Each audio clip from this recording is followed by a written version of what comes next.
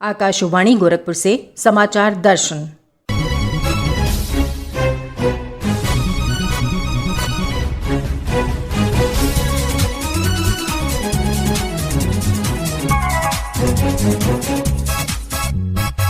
इस अंक में किसान सम्मान निधि योजना की अगली किस्त जारी और स्वतंत्रता की 75वीं वर्षगांठ पर आजादी का अमृत महोत्सव।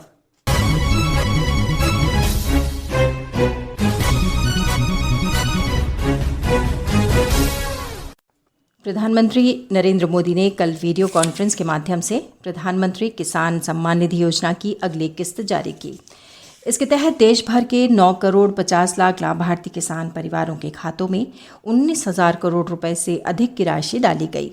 इस अवसर पर प्रधानमंत्री ने किसानों से वीडियो कॉन्फ्रेंसिंग के माध्यम से बातचीत की। 19,500 करोड़ रुपए से भी अधिक ये रकम सीधी उनके खाते में ट्रांसफर हो गई है और मैं देख रहा हूं कई अपने मोबाइल में चेक कर रहे हैं आया क्या, और फिर एक दूसरे को ताली दे रहे हैं।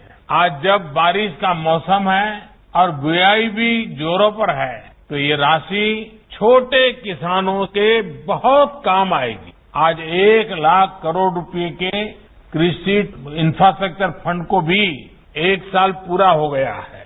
इसके माध्यम से हजारों किसान संगठनों को मदद मिल रही है। प्रधानमंत्री ने कहा कि देश कुछ ही दिनों में आजादी का अमृत महोत्सव मनाने जा रहा है और ये लोगों के लिए ये तय करने का अवसर है कि वो 25 वर्षों में देश को कहां देखना चाहते हैं। इस बार देश अपना 75वां स्वतंत्रता दिवस मनाने जा रहा है। ये महत्वपूर्ण पड़ाव हमारे लिए गौरव का तो है ही, ये नए संकल्पों, नए लक्ष्यों का भी एक बहुत बड़ा अवसर है। इस अवसर पर हमें ये तय करना है कि आने वाले 25 वर्षों में हम भारत को कहां देखना चाहते हैं।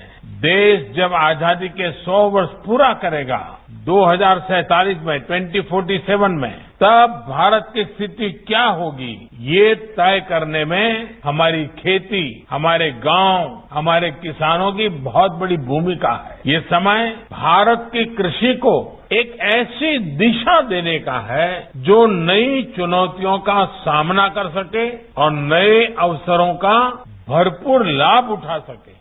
श्री मोदी ने कहा कि सरकार ने न्यूनतम समर्थन मूल्य पर किसानों से अब तक की सबसे बड़ी खरीद की है, चाहे वो खरीफ हो या रबी मौसम। इसे करीब 1,70,000 करोड़ रुपए धान के लिए और करीब 85,000 करोड़ रुपए गेहूं की फसल के लिए सीधे किसानों के खाते में पहुंच गए हैं। साथियों, सरकार ने खरीफ हो या रबी सीजन किसानों से एमएसपी पर अब तक की सबसे बड़ी खरीद की है। इससे धान किसानों के खेतों में लगभग 1,70,000 करोड़ रुपए और गेहूं किसानों के खाते में लगभग 85,000 करोड़ रुपए डायरेक्ट पहुंचे हैं। किसान और सरकार की इसी साझेदारी के कारण आज भारत के अन्न भंडार भरे हुए हैं। श्री मोदी ने कहा कि पिछले 6 वर्षों में देश में दालों के उत्पादन में लगभग 50% की वृद्धि हुई है। प्रधानमंत्री ने देश के किसानों से कुछ साल पहले दालों की कमी होने पर दालों का उत्पादन बढ़ाने का आग्रह किया था। प्रधानमंत्री ने कहा कि खाद्य तेल में आत्मनिर्भर बनने के लिए राष्ट्रीय मिशन ऑयल पाम शुरू किया गया है। खाने के तेल में आत्मनिर्भरता के लिए अब राष्ट्रीय खाद्य तेल मिशन ऑयल पाम का संकल्प लिया गया है। आज देश भारत छोड़ो आंदोलन को याद कर रहा है तो इस ऐतिहासिक दिन ये संकल्प हमें नई ऊर्जा से भर देता है। इस मिशन के माध्यम से खाने के तेल से जुड़े इकोसिस्टम पर 11,000 करोड़ रुपए से अधिक का निवेश किया जाएगा। सरकार ये सुनिश्चित करेगी कि किसानों को उत्तम बीज से लेकर टेक्नोलॉजी, उसकी हर सुविधा मिले। श्री मोदी ने कहा कि भारत पहली बार कृषि निर्यात के मामले में दुनिया के शीर्ष 10 देशों में पहुंचा है। देश ने कोविड महामारी के दौरान कृषि निर्यात के नए रिकॉर्ड बनाए हैं।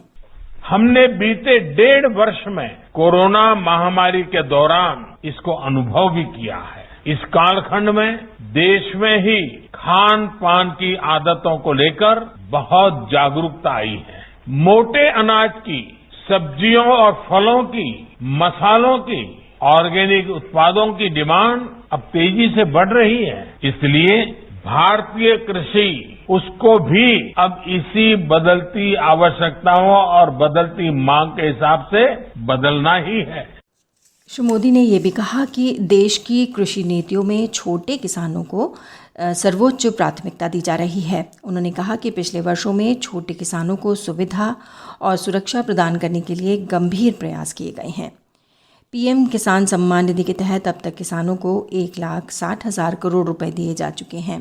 प्रधानमंत्री ने पीएम किसान सम्मान निधि के लाभार्थियों से भी बातचीत की। देश स्वतंत्रता के 75 वर्ष पूरे होने के उपलक्ष्य में आज़ादी का अमृत महोत्सव मना रहा है। इसके तहत देश भर में विविध कार्यक्रम आयोजित किए जा रहे हैं। राज्यपाल आनंदीबेन पटेल और मुख्यमंत्री योगी आदित्यनाथ ने कल लखनऊ में आज़ादी का अमृत महोत्सव और चौरी चौरा शताब्दी महोत्सव आयोजन की श्रृंखला में काकोरी रेल घटना की वर्षगांठ के मौके पर काकोरी शहीद स्मारक में वीर शहीदों को श्रद्धांजलि दी। इस अवसर पर उन्होंने आज़ादी की लड़ाई पर आधारित चित्र प्रदर्शनी का अवलोकन किया। इस दौरान स्वाधीनता संग्राम के शहीदों के परिजनों को भी सम्मानित किया गया। इस अवसर पर राज्यपाल ने कहा कि हमें अपना इतिहास याद रखना चाहिए और वर्तमान पीढ़ी को इस तरह की ऐतिहासिक घटना याद दिलानी चाहिए ताकि वो संस्कारवान बन सकें। श्रीमती पटेल ने स्वाधीनता आंदोलन की घटनाओं को स्कूलों में पढ़ाए जाने पर जोर दिया। मुख्यमंत्री योगी आदित्यनाथ ने कहा कि भारत जाति, धर्म, क्षेत्र, भाषा और अन्य सभी भेदों से उठकर केवल एक धर्म के साथ जुड़ा है और वो है हमारा राष्ट्र धर्म। उन्होंने कहा कि आत्मनिर्भर भारत की संकल्पना को साकार करने के लिए अगर हर भारतीय अपने अपने कर्तव्यों का निर्वहन शुरू कर दे तो निस्संदेह विश्व में भारत एक महाशक्ति के रूप में उभरेगा। हर जाति और इस देश के हर समुदाय ने देश के स्वाधीनता के इस आंदोलन में बढ़ चढ़ करके भाग लिया था। बढ़ चढ़ करके भाग लेने का मतलब जब पूरा भारत एक स्वर में बोलता है, जब भारत अपने व्यक्तिगत स्वार्थों से ऊपर उठ करके भारत का प्रत्येक नागरिक एक साथ चलता है, ये दुनिया के अंदर एक बड़ी ताकत बन करके उभरता है। और ये ताकत आजादी के अमृत महोत्सव के इस आयोजन के अवसर पर हम सबको दिखाने की आवश्यकता है। दुनिया को इस बात का एहसास कराने की आवश्यकता है कि 136 करोड़ की आबादी का यह भारत किसी भी प्रकार के जाति, मत, मजहब, क्षेत्र, भाषा या किसी भी प्रकार के अन्य भेदों से ऊपर उठ करके केवल अपने एक धर्म के साथ जुड़ा है और वह है हमारा राष्ट्र धर्म। और उस राष्ट्र धर्म के साथ जुड़ करके हम सब भारत की स्वाधीनता को अक्षुण्य बनाए रखने के साथ साथ आत्मनिर्भर भारत की परिकल्पना को साकार करने के लिए हर भारतीय अगर अपने अपने कर्तव्यों का निर्वहन करना प्रारंभ कर दे, अपने अपने फील्ड में किसी को अतिरिक्त कार्य किए जाने की आवश्यकता नहीं, जिसका जो दायित्व है वो अपने दायित्व का निर्वहन प्रारंभ कर दे तो कोई कारण नहीं कि भारत दुनिया की एक महाताकत के रूप में, महाशक्ति के रूप में दुनिया के सामने उभरेगा। इसमें कोई संदेह नहीं होना चाहिए। मुख्यमंत्री ने कहा कि काकोरी रेल घटना में क्रांतिकारियों को केवल 4600 रुपये मिले थे, लेकिन अंग्रेजों ने इस घटना से जुड़े क्रांतिकारियों के खिलाफ कार्रवाई करने में 10 लाख रुपए खर्च किए। उन्होंने कहा कि काकोरी रेल घटना हमें इस बात का एहसास कराती है कि देश की स्वाधीनता से बढ़कर कुछ नहीं है। उन्होंने कहा कि प्रत्येक भारतीय का ये दायित्व है कि हम देश की आज़ादी को हर हाल में सुरक्षित रखें। इससे पहले मुख्यमंत्री ने कहा कि इस वर्ष 4 फरवरी को गोरखपुर से चौरी चौरा की घटना के शताब्दी समारोह का शुभारंभ हुआ था। उस समय प्रधानमंत्री नरेंद्र मोदी ने देश में आज़ादी के आंदोलन में योगदान देने वाले सभी शहीदों के प्रति श्रद्धा और सम्मान का भाव जताते हुए पूरे देश में वर्ष 2022 में आज़ादी का अमृत महोत्सव आयोजित करने के लिए एक कार्य योजना उपलब्ध कराई थी।